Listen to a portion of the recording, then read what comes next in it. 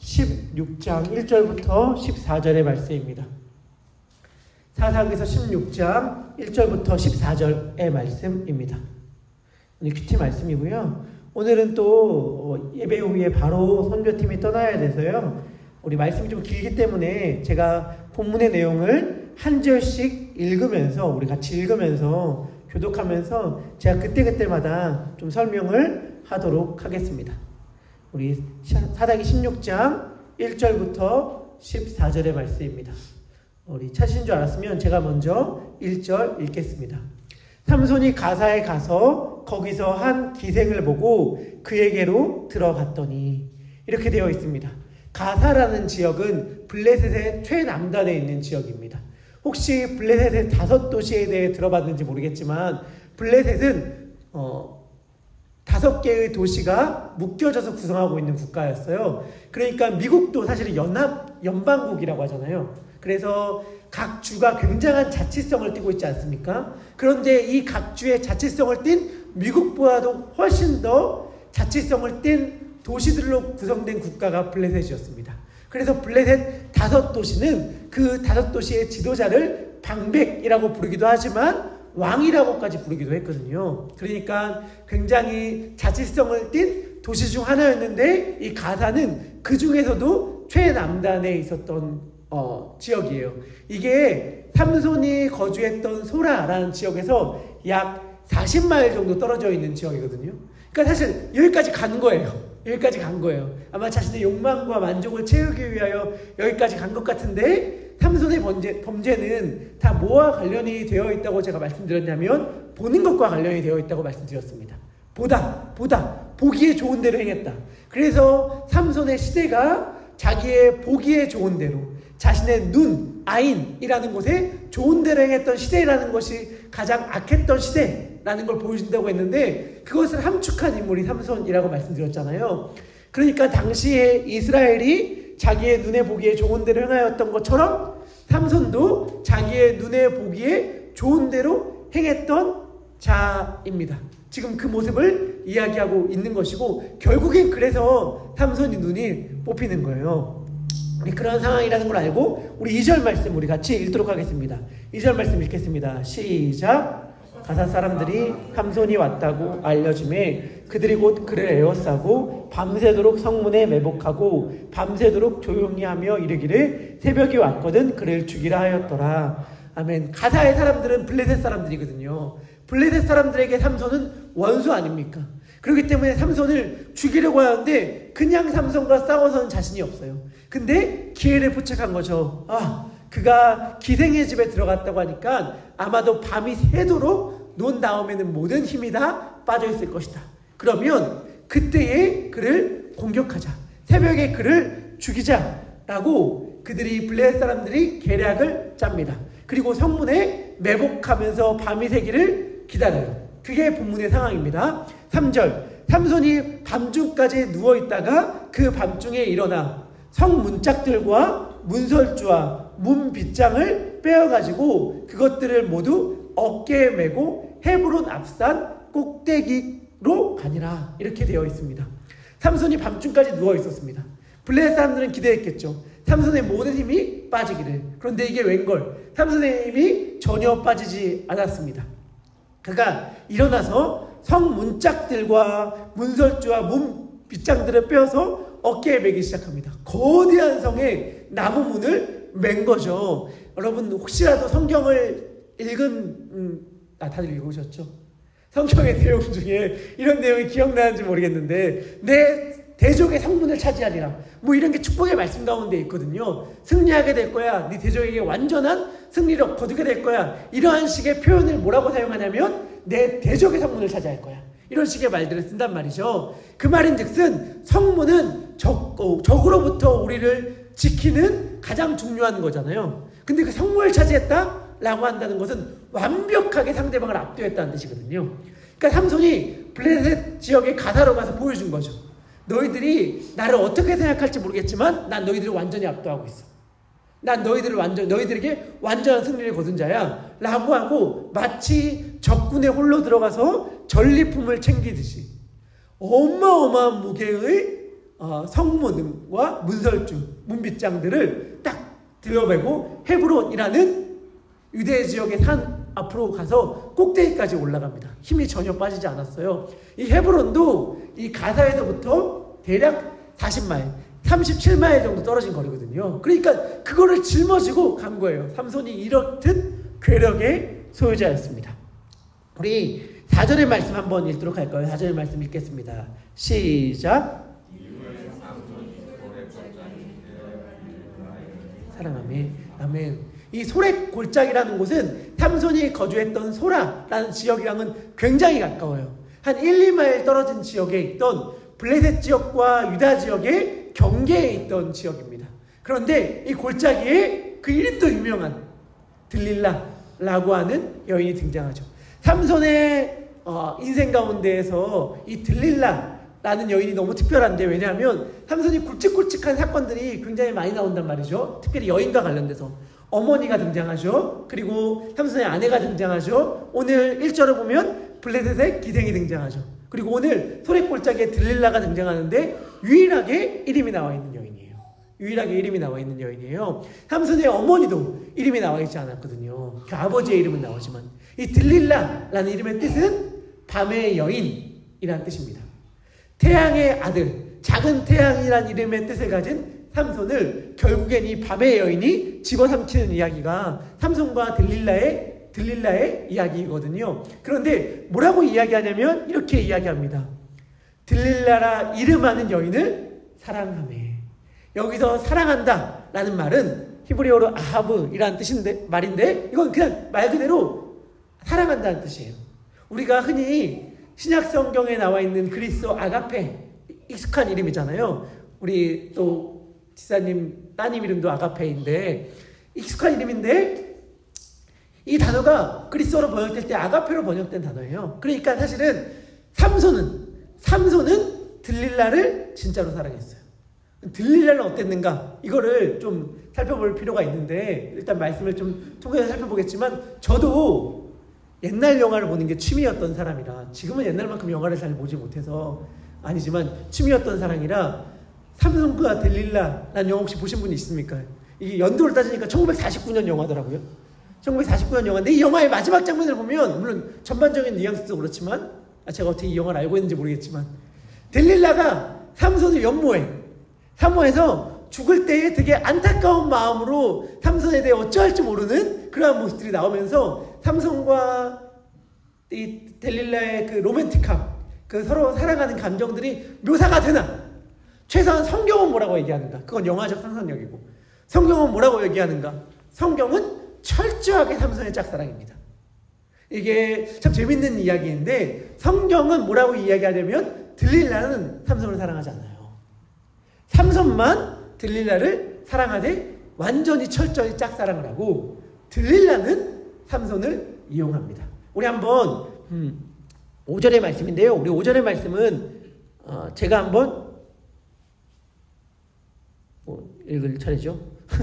읽도록 하겠습니다. 블레셋 사람의 방백들이 그 여인에게로 올라가 그에게 이르되 삼손을 꿰어서 무엇으로 말미암아 큰 힘이 생기는지 그리고 우리가 어떻게 하면 등이 그를 결박하여 굴복하게 할 수 있을지 알아보라. 그리하면 우리가 각각 은 1,100개씩을 내게 주리라 하니 이렇게 얘기합니다. 블레셋 사람의 방백들이라고 말하면 아까 말했던 5도시의 지도자들이에요. 그러면 5명이 들릴라에게서 가서 들릴라에게 제안을 한 거예요.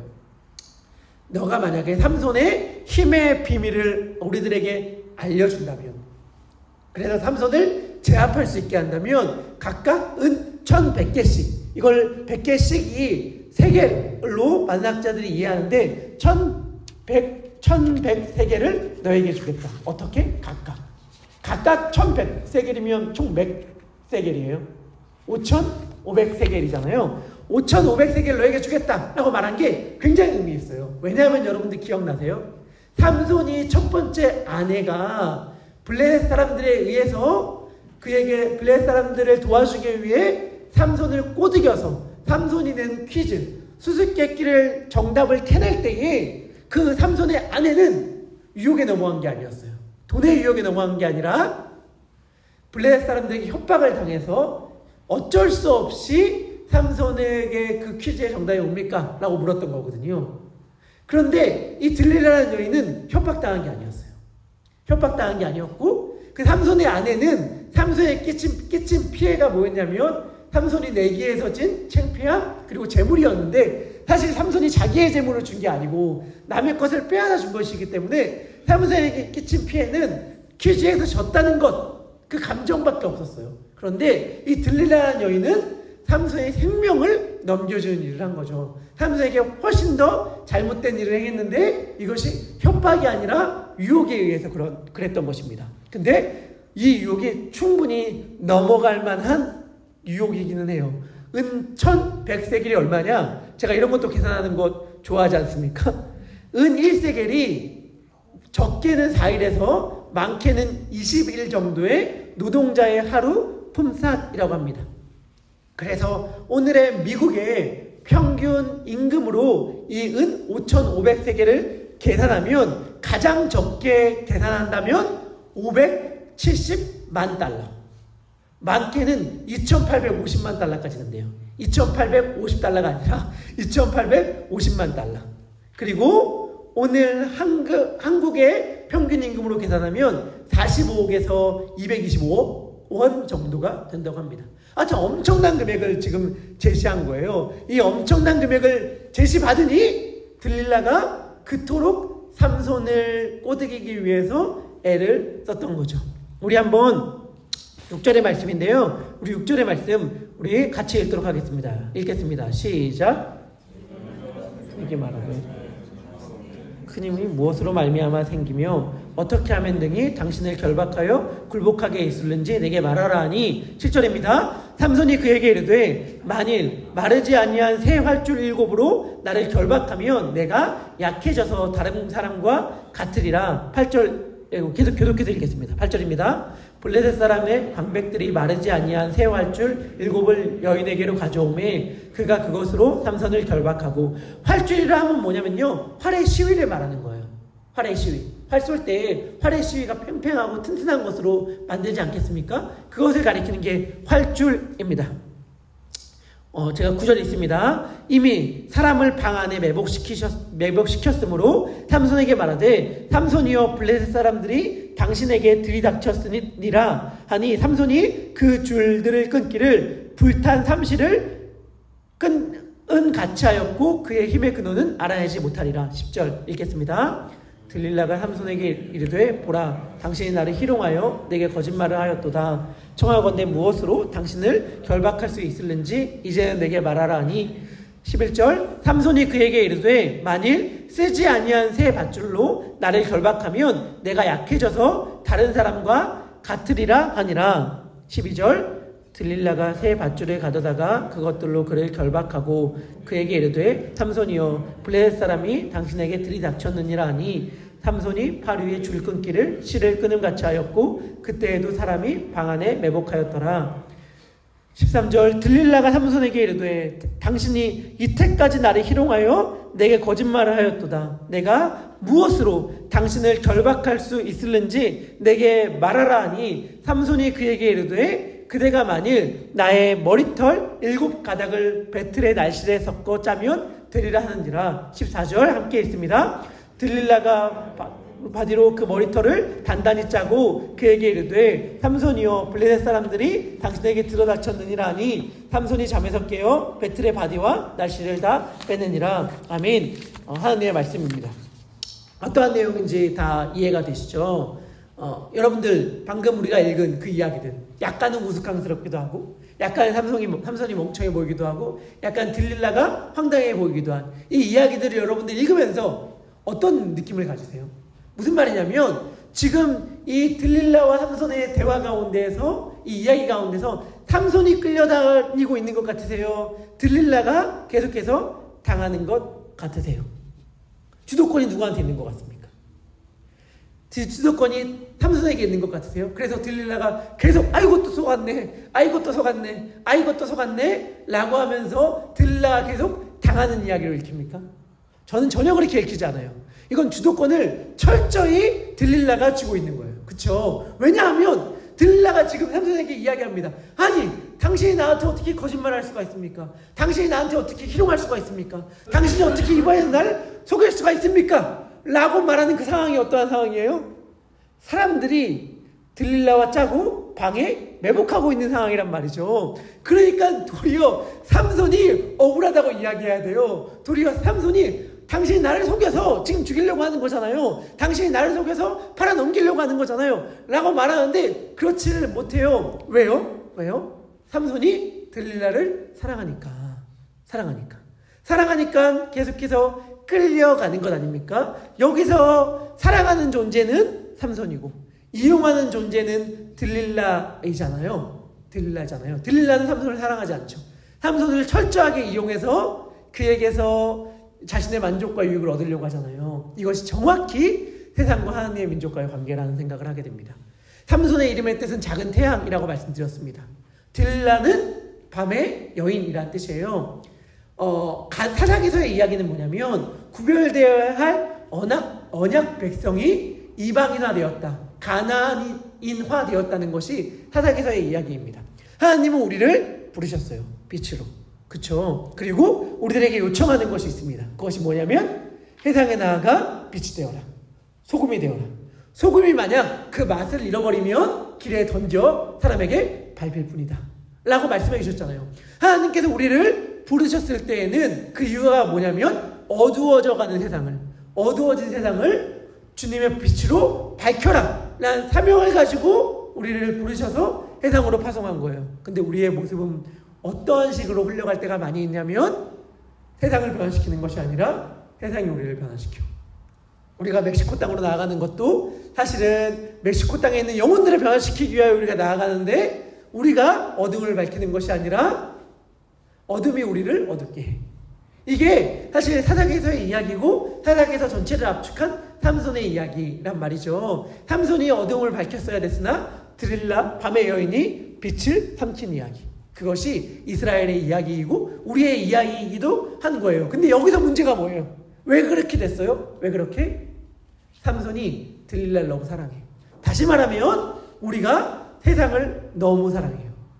세상을 너무 사랑하는데 진짜 비극은 뭔지 알아요? 진짜 어리석은 것? 이 사랑이 짝사랑이야. 세상은 우리를 사랑하지 않습니다, 여러분. 그걸 아시나요? 세상은 우리를 사랑하지 않아요. 우리를 철저하게 이용 대상으로만 봐요. 우리를 철저하게 이용해 먹고 빼먹을 대상으로만 보는데 우리는 그걸 모르고 세상이 우리들에게 잘 대해주는 줄만 알고 세상에게 몸과 마음과 시간과 에너지를 다 갖다 바쳐. 여러분들 절대로 오해하면 안 되는 게 세상이 우리들에게 잘해주는 이유가 뭔지 아세요? 세상이 우리들을 잘 대해줄 것 같아. 이런 것들 이유 아세요? 포동포동 살찌워서 먹으려고 그런 거예요. 여러분들 다 아시잖아요. 아마 저는 당한 피해자들이 어리석다고 말하는 건 아닌데 우리가 기억해야 될 내용들이 있습니다. 그것이 무엇이냐면 사기꾼들이 사기를 칠 때 어떻게 한다고 하죠? 처음엔 피해자들이 돈을 벌어주게 한다잖아요. 그리고 피해자들에게 맨 처음에 돈을 빌렸을 때도 갚을 생각이 처음엔 없지만 꼬박꼬박 처음엔 잘 갚고 처음엔 오히려 이자까지 잘 내므로 그에게 안심을 시켜주는 전략을 펼친다고 하잖아요. 근데 이게 정확히 세상과 사탄이 우리들에게 행하는 방식입니다. 유명한 책이죠. 저는 우리의 자녀들도 이 책은 꼭 봤으면 좋겠는데 스크루테이프의 편지라는 책들. 여러분들 혹시 안 읽어봤다면 이건 정말 읽으면 정말 재밌는 책이라고 볼 수 있습니다.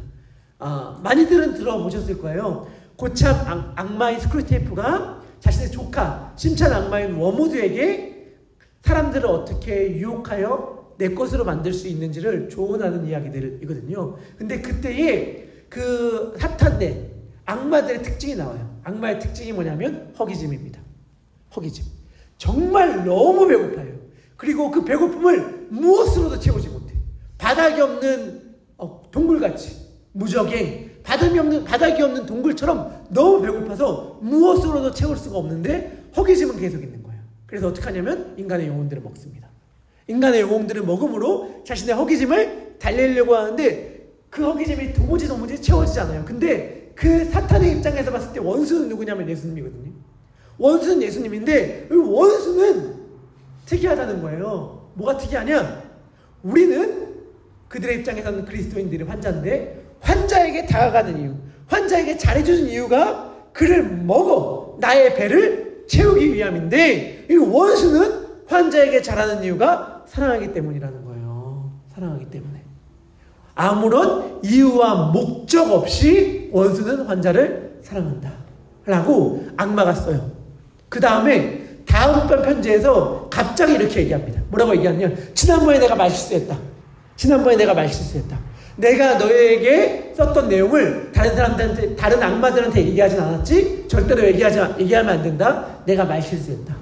무슨 말실수를 했냐? 분명히 원수가 환자를 사랑하는 이유가 있을 것이다. 우리가 수천 년 동안 그 이유를 파악해내려고 노력했지만 아직은 파악하지 못했다. 아직은 발견하지 못했지만 분명히 어떤 목적과 이유가 있어서 사랑하는 걸 거야. 왜냐하면 목적과 이유가 없는, 까닭 없는 사랑은 존재하지 않으니까. 이렇게 얘기를 해요. 이게 정확히 사탄적인, 세상적인 사고입니다. 사탄은 절대로 이해할 수 없어요. 하나님의 사랑을 절대로 이해할 수 없어요. 까닭 없이, 이유 없이 우리를 그저 사랑하는 그 사랑, 자신의 목숨을 다 바쳐 그저 이유 없이 사랑하는 그 사랑을 세상은 절대로 이해할 수 없습니다. 세상은 철저히 목적을 가지고 우리를 대하거든요. 목적을 가지고. 나는 나의 배고픔을 달래기 위해서, 나의 만족을 위해서, 나의 유익을 위해서 너를 이용하기 때문에 너를 사랑하는 척하는 거야 라고 하는 것이 세상입니다. 세상은 자신의 목적을 위해 우리를 사용해요. 그러나 하나님은, 예수님은 우리를 목적으로 삼으십니다. 우리 자체가 그분의 목적이에요. 그렇기 때문에 우리가 그 사랑을 기억하는 것만이 빛으로 이 세상 가운데 살아갈 수 있는 길입니다. 우리를 다른 어떠한 이유가 아니라, 다른 어떠한 까닭이 아니라 오직 우리를 목적하여 사랑한 그 사랑을 우리가 기억하고 그 사랑을 우리 안에 품고 있을 그때에 우리는 하나님의 사명, 너희가 어두운 세상으로 가서 빛으로 그 어둠을 밝히라 라고 말씀하신 그 사명을 감당할 수 있는 것입니다. 우리가 이 사명을 받은 곳은 멕시코 땅일 수도 있고 우리의 가정일 수도 있고 우리가 속한 삶의 터전일 수도 있습니다. 바라기는 주님께서 주신 이 사명을 기억함으로 그 어둠에 집어삼켜지는 것이 아니라 우리를 사용하려고만 하는 그 세상을 짝사랑함으로 그 어둠에 집어삼켜지는 것이 아니라 우리를 목적한 그 사랑을 기억함으로, 우리를 목적한 그 사랑을 우리가 잊지 않음으로 하나님 앞에 그 사랑을 되돌려드리는, 그리고 그 사랑으로 어둠을 밝히는 우리 모두가 되기를 소망합니다. 우리 함께 기도했으면 좋겠습니다. 우리 함께 기도할 때 이렇게 기도합시다. 우리 기도할 때 하나님 아버지, 데릴라를 짝사랑했던 삼손의 비극을 기억합니다. 이스라엘은 너무 열렬히 우상들을 사랑했습니다. 가나안의 신들을 사랑했습니다. 그것이 우리들에게 만족과 행복을 준다고 착각하였기 때문입니다. 그러나 들릴라는 가나안의 신들은 이스라엘이 사랑한 것이 아니라 사용하려고 하였고 이용하려고 하였습니다. 그래서 그들을 사랑하면 사랑할수록 이스라엘은 피폐해져 갔고 삼손은 빛을 잃어가다가 결국엔 눈까지 뽑히게 됩니다. 하나님 아버지, 어쩌면 우리의 삶 가운데 이토록 지독한 어둠이 찾아온 이유는 우리가 세상을 사랑하였기 때문인지 모르겠습니다. 주님, 조건과 까닭 없이 우리를 목적으로 삼아 사랑하시는 예수 그리스도를 향해 우리의 시선이 되돌려지기를 소망합니다. 주님의 얼굴을 바라보기를 소망합니다. 주님을 사랑하기를 기도합니다. 주님, 우리가 이렇게 기도할 때 우리를 통하여 하나님의 빛을 비춰 주시옵고 우리를 통하여 하나님의 사랑을 우리의 가족에게, 배우자에게, 자녀에게, 이웃에게, 멕시코의 영혼들에게 흘려보내 주시옵소서.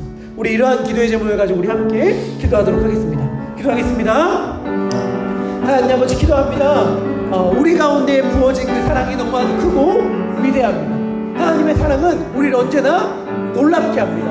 하나님의 사랑은 우리를 언제나 새롭게 합니다. 하나님의 사랑은 우리를 언제나 새로운 소망과 희망의 이야기 가운데로 초청합니다. 주님, 그 사랑을 우리 가운데 허락하여 주셔서 감사합니다. 그런데 우리는 너무나도 많은 경우에 그 하나님을 사랑합니다. 그 예수님을 사랑하기보다는 들릴라를 사랑합니다. 세상을 사랑합니다. 사랑하되 열렬히 사랑하고 열렬히 사랑하나 그 사랑은 짝사랑이다 라고 성경은 우리들에게 알려줍니다. 하나님 아버지, 이제 세상을 향한 짝사랑을 그치길 원합니다. 세상을 향한 짝사랑을 그치고 하나님을 향해 나아가길 소망하오니 주님, 우리를 받아주시옵고 우리와 함께하여 주시고 하나님의 뜻이 우리를 통하여 세상 가운데 흘려짐을 경험케 하여 주시옵소서.